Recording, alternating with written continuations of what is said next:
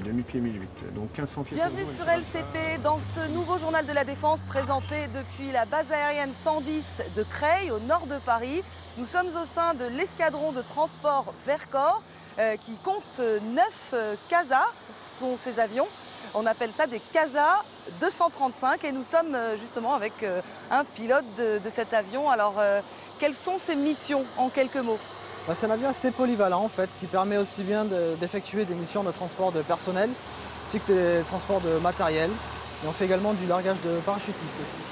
Les parachutistes que vous côtoyez souvent, on a voulu nous aussi nous intéresser à leur mission en allant au sein du 13e RDP avec les réservistes. Reportage.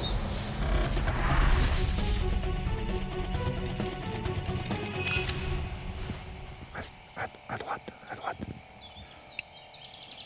Tape. Quelqu'un est passé, regardez la branche. Non, elle est cassée. A priori, un homme s'est infiltré par ici. 10 mètres entre chaque homme. Ces hommes appartiennent au 13e régiment de dragons parachutistes, le 13. Ils font partie de l'unité spécialisée de réserve du régiment, le 7-13. L'escadron fait partie intégrante du régiment à part entière. Il participe à certaines missions, à certaines opérations comme d'autres cadres d'actifs du régiment. Certains d'entre nous sont déjà partis plusieurs fois et d'autres sont amenés à partir même dès cette année. Cœur de métier du 13e RDP, le renseignement humain. Le régiment agit sur tous les terrains, même en temps de guerre. Une centaine de réservistes renforcent et complètent ses capacités. On mélange à la fois des jeunes qui ont une petite expérience militaire, comme une préparation militaire par exemple. Nous avons des ex-contingents, des anciens d'active, et puis également des gens issus de la société civile qui ont un très fort potentiel ou une spécialité pointue très utile pour le régiment. Langues étrangères, combats, contre-renseignements, géopolitique ou encore informatique, les savoir-faire des hommes du 7e escadron peuvent contribuer à orienter les décisions militaires au plus haut niveau.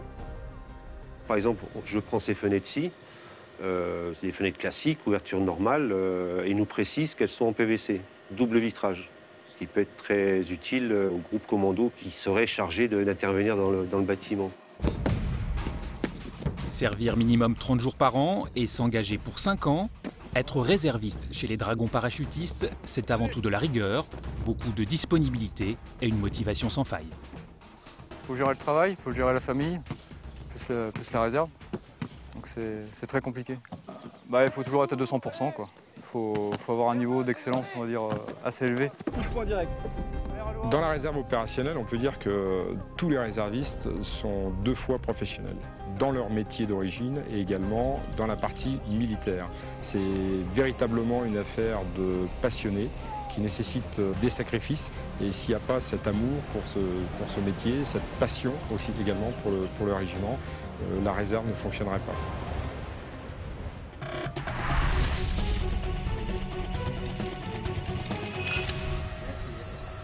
Weber, ok, pas sur ça, ok, grande idole. Et voici maintenant un CASA en maintenance. Chaque pièce de cet avion est vérifiée consciencieusement par les mécaniciens militaires comme civils. C'est une étape très importante pour garantir la sécurité des vols. Et voyons maintenant comment travaillent au quotidien les équipages de CASA. Nous les avons suivis 24 heures.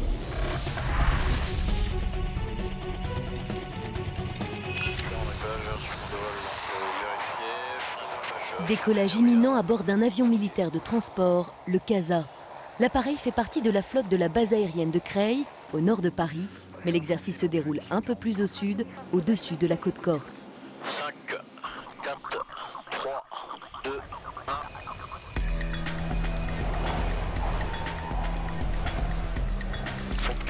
L'équipage appartient à l'escadron de transport Vercors. Ses missions, transport de troupes ou de fret, acheminement d'aide humanitaire, évacuation sanitaire, un champ d'action de 900 km et un largage jusqu'à 36 parachutistes. Généralement, la place gauche est dévolue aux pilotes Et la place droite, c'est la personne qui a toutes les radiocommunications et qui est en charge la mission à moyen long terme et la navigation. On se partage le travail et on contre-vérifie ce que l'autre fait. Mission du jour, largage para avec les légionnaires de Calvi. L'avion vole à 200 km/h. Les pilotes, concentrés, surveillent le trafic alentour et surtout le vent.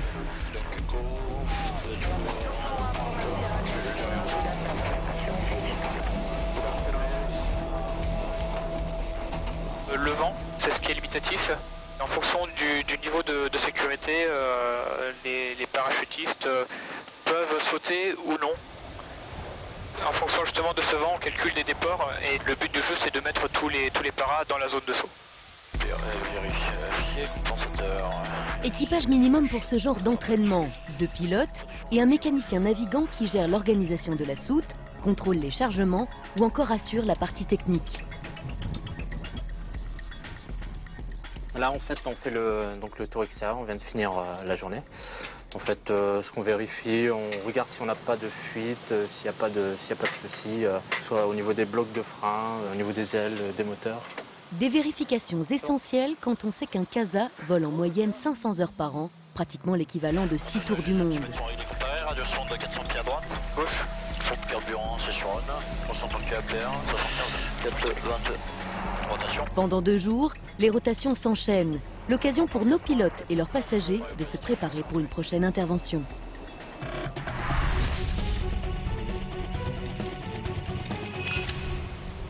Voilà, et nous sommes ici à la permanence opérationnelle sur la base aérienne de Creil. Alors ici, 2 avions de chasse, des Mirage 2000 armés, sont, capitaine, prêts à décoller en 7 minutes. Oui, tout à fait. Donc, nous sommes une équipe de 5 mécaniciens et 2 pilotes. On est ici pour une semaine et on est là pour faire la mission de police du ciel, c'est-à-dire garantir la souveraineté de l'espace aérien national. Donc ça, c'est une première mission.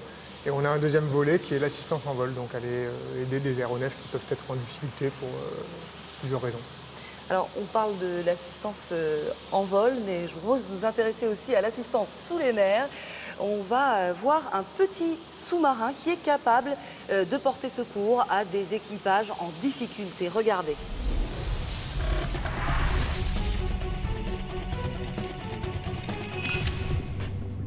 NSRS, le NATO Submarine Rescue System, est le premier système européen de sauvetage des équipages de sous-marins en détresse.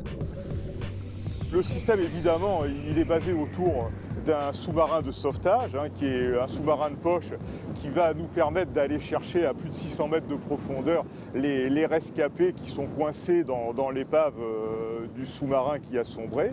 Mais évidemment, il est doté d'un système de mise à l'eau et de récupération et surtout de conteneurs de décompression qui nous permettent en surface de récupérer à pression constante les survivants et de les décomprimer tranquillement pour les ramener à la pression atmosphérique sans risque d'accident de décompression. Premier système alliant évacuation et décompression, le NSRS est entièrement aérotransportable. Les 300 tonnes de matériel sont déployables partout dans le monde en 72 heures. Un véritable défi technologique. La prouesse technique, bon déjà c'est de développer des moyens qui plongent à 600 mètres. Et les difficultés qui seront rencontrées par le NSRS sont inhérentes à l'intervention sous la mer et au sous-marin, donc la pression d'immersion, donc la résistance des structures, l'obscurité, parce que passé quelques dizaines de mètres, on ne voit plus rien sur l'eau, et aussi la capacité de communiquer sous la mer, et notamment entre le sous-marin de sauvetage et le sous-marin qui est en détresse posé sur le fond. Le projet, démarré il y a 10 ans, a été développé par la Direction générale de l'armement et ses homologues du Royaume-Uni et de Norvège. Une coopération internationale primordiale. La France seule n'aurait peut-être jamais développé un système de sauvetage des sous-marins qui lui est très propre. La coopération internationale a permis à la France de pouvoir réaliser elle-même sa politique de sauvetage de ses équipages de sous-marins. Je dois avouer que pour moi ça a été une très grande aventure et certainement ça restera la plus belle aventure de ma carrière.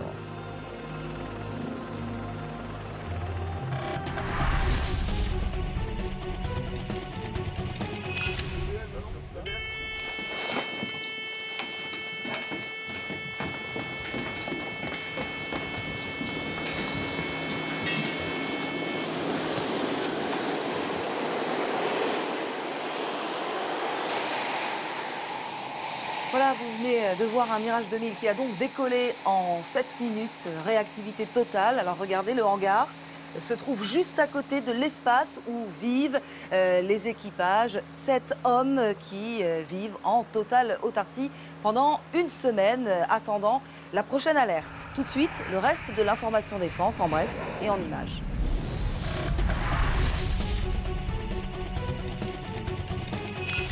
Cap sur l'océan Indien pour le Charles de Gaulle. Le porte-avions français prend la mer à la mi-octobre. L'objectif de ce déploiement est double.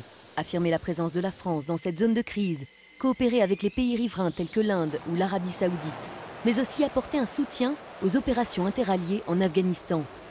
Autour du Charles de Gaulle, le groupe aéronaval sera composé de 4 frégates et d'un sous-marin. Ce déploiement opérationnel devrait durer jusqu'à la mi-février. En juin et juillet, les bataillons français présents en Afghanistan, Black Rock, basé à Kapisa, et Altor, basé à Surobi, ont passé le relais aux forces Hermès et Bison. La force Hermès est principalement composée du 21e régiment d'infanterie de marine de Fréjus, la force Bison du 126e régiment d'infanterie de Brive. Fin août, les soldats du groupe Bison ont ainsi mené une opération de fouille dans le nord de la vallée d'Ouzbine. Au total, plus de 1600 militaires ont été déployés sur le sol afghan pour des actions de sécurisation et d'assistance.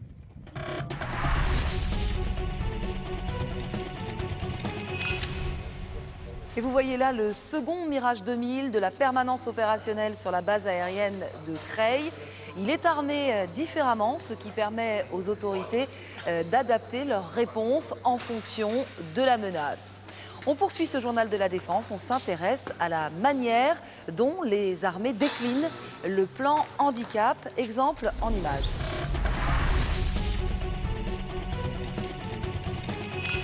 Une salle de classe, une enseignante, des stagiaires venus des 4 coins de la France sur la base aérienne d'Orange. À première vue, une formation comme le ministère de la Défense en propose régulièrement. Mais ici, pas un bruit, silence, on signe. À l'origine de ces cours de langue des signes, Dany Audouin, responsable de formation. Son initiative est reprise au niveau national dans le cadre du plan handicap de la Défense. Je n'ai pas de catalogue de formation, je travaille avec le besoin, avec l'agent et avec le chef de service. La culture sourde n'est pas compatible avec la culture entendante, chacun a son langage différent et là, eh bien, on a des impasses. Bon, ben, si on ne se comprend pas, on fait des échanges par écrit, hein. Et il y en a quelques-uns qui ont appris la langue des signes, donc le contact est meilleur. J'ai en charge un personnel sourd et c'est vrai que j'avais beaucoup de mal à le comprendre, à pouvoir mener des entretiens d'une bonne qualité avec lui. Le fait de s'intéresser à ce monde particulier qui est le monde des sourds, voilà, a permis d'améliorer la prise en charge. Favoriser l'intégration des sourds, l'une des priorités du plan handicap. Je me suis inscrite parce que mon but était de recruter des travailleurs handicapés sourds. Je me suis aperçue que recruter une seule personne sourde était une difficulté, car la personne est seule parmi les entendants. Donc moi, ma démarche, ce serait de recruter 2 personnes sourdes dans un même service, afin qu'ils ne se sentent pas isolés.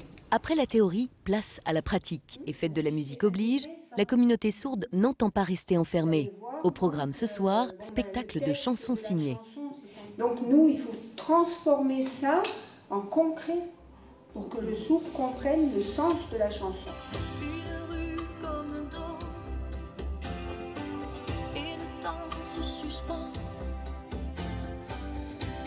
Sensibiliser, faire entendre sa voix ou plutôt donner à voir. Un combat quotidien pour le personnel sourd qui peut désormais compter sur l'engagement significatif du ministère de la Défense à ses côtés.